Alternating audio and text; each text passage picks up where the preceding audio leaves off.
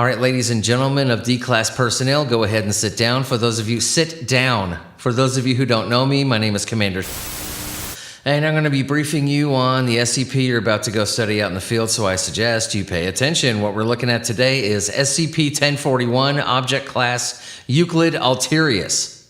Special Containment Procedures.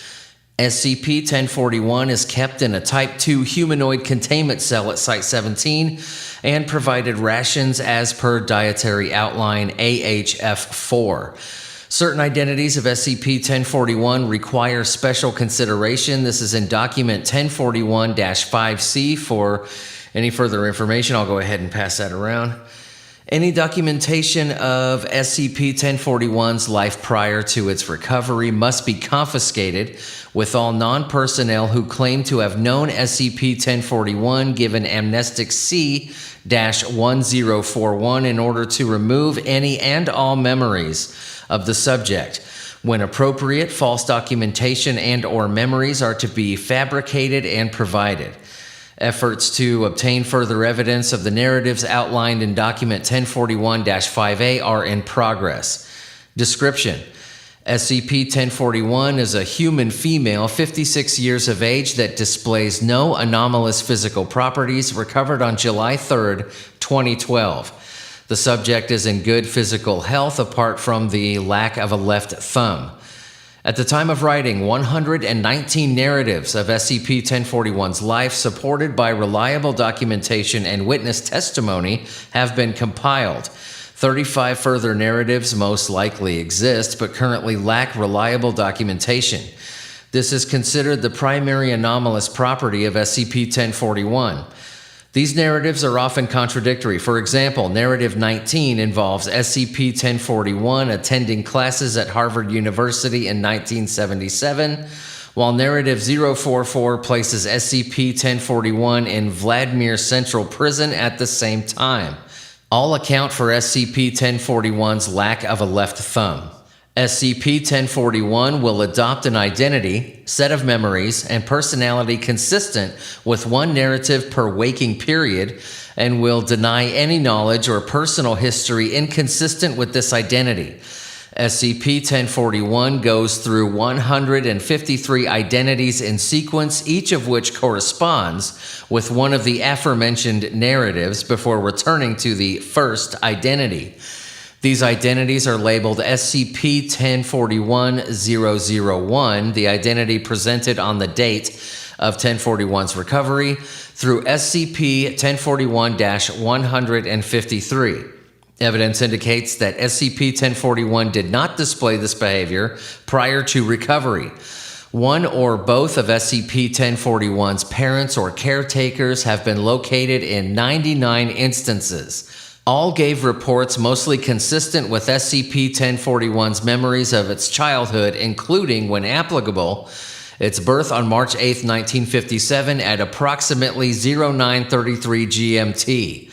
Parental testing has located 98 women and 84 men that are genetic matches for SCP-1041's parents. None of these individuals are genetically related to each other. The probability that each couple would produce an offspring identical to that of all the other couples by chance is infinitesimal. Addendum: the following identities of SCP-1041 are considered notable. To view the remainder, see Document 1041-5A.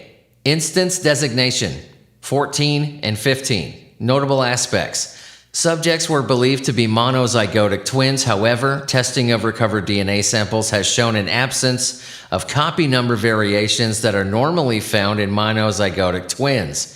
Both have refused to believe that the other is another identity of SCP-1041, although neither has been able to explain why.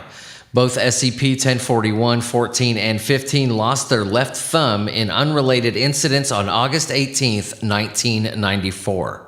Instance designation: 19. SCP-1041-19 lost both legs in a car crash in 1966.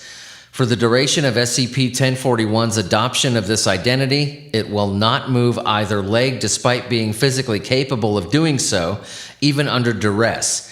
Insufficient time has passed since SCP-1041's recovery to determine whether therapy can reverse this condition. Instance designation, 67. Notable aspects. Subject was a high-ranking member of the crime syndicate from 1988 to 1997.